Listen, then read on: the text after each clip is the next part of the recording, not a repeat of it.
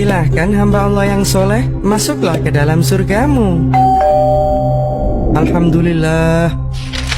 Mari, aku akan mengantarmu masuk. Tolong! Hah? Tolong! Tolong! Ampun! Penyesalanmu tidak berguna lagi. Hap! Hiya! Aku mohon, aku punya permintaan. Apa permintaanmu? Aku memiliki sahabat sejati semasa hidupku. Ya, aku tahu. Sahabatmu itu kini sedang berada di surga. Benarkah dia pantas berada di sana? Dia orang baik. Tentu saja. Dia selalu mengingatkan kebaikan padamu semasa hidup. Tapi kamu tidak pernah mengikutinya. Benar, aku memang bodoh. Bisakah engkau mempertemukanku dengannya? Kamu bercanda ya? Aku serius. Aku ingin meminta maaf karena tidak bisa menemaninya di surga. Tidak bisa? Aku mohon. Pasti dia sedang mencariku saat ini. Baiklah, atas izin Allah, aku hanya akan memperdengarkan suaramu kepadanya. Dengan demikian, dia akan tahu kalau kamu sedang berada di neraka. Ya! Tolong! Ya! Tolong! Ada apa? Melangkahlah, jangan ragu-ragu. Aku mendengar teriakan sahabatku di neraka. Bawalah aku ke sana. Mengapa demikian, wahai hamba Allah yang soleh? Tidakkah engkau mendengar sahabatku itu kesakitan dan meminta tolong dibebaskan dari neraka? Ya, tapi engkau tidak bisa menolongnya karena dia tidak memiliki cukup amal untuk masuk surga.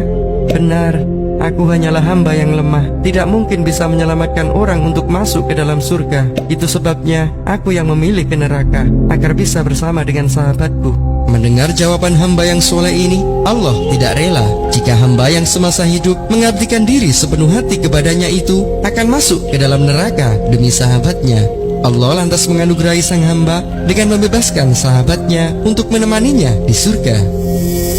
Kenapa engkau berhenti menyiksaku? Sungguh maha pemurah Allah dengan segala rahmatnya. Teriakanmu itu telah membuat sahabatmu membebaskanmu dari neraka. Sungguh, ya, bersiaplah menemani sahabatmu di surga. Puji syukur kepada Allah. Sungguh semua ini karena rahmatmu. Mari sahabatku, temani aku menuju surga. Terima kasih ya Allah, dan terima kasih sahabatku. Baik, begini. Kalau kemarin cara duduk, sekarang cara makan baginda Nabi. Nabi pernah makan tamr adalah begini, muk'in begini. Karena intinya adalah tujuannya agar kita tidak berlama-lama di tempat makan, nanti akan menjadi makan banyak, jago makan nanti. Nah, jadi begini, Nabi begini. Nah, ini pertama, muk'in itu begini, ik'a begini. Jadi makan begini supaya tidak berlama-lama di tempat. Kemudian jathian itu begini. Jathian itu begini. Nah, ini makan begini. Jadi makannya seperti ini baginda Nabi. Dua model yang ditemui dari baginda Nabi cara makan, jathian sama tadi, sama mukid.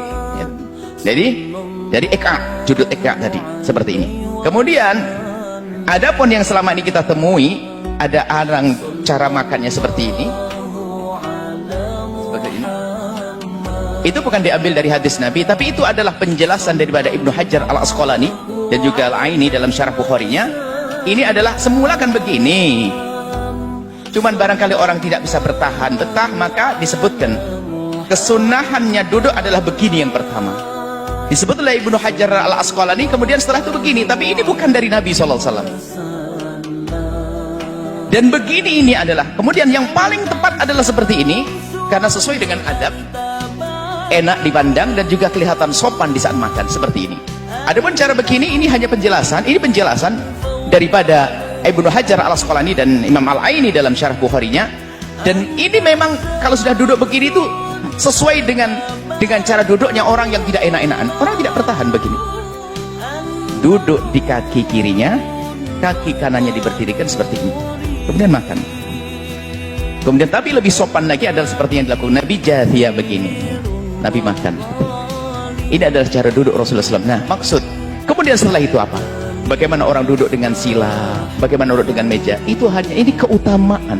Yang jelas jangan Anda mengingkari cara duduk nih. Adapun Anda kok tidak bisa duduk begini belum biasa, lalu Anda sila, dan sila pun bisa saja ini sila, sebagian sila mengatakan sila termasuk orang yang muttaki'an bersandar. Cuman bersandar ke apa? Yang jelas sila, bisa saja sila itu termasuk jenis duduk yang tidak muttaki', tidak makruh yang jelas. Kalau sila tidak masuk karena bukan bersandar, bukan menyandar gini atau sandar kanan. Jadi sila bisa. Atau bagaimana duduk di kursi? Gak apa-apa, memang mungkin tempatnya adalah duduk di kursi, ya gak ada masalah. Kita tidak perlu sombong setelah ini bahwasanya aku duduk harus begini. Kalau sudah duduknya begini, melihat orang duduk biasa kayaknya salah semuanya. Ini tidak sunnah, kiai ustaz duduknya biasa.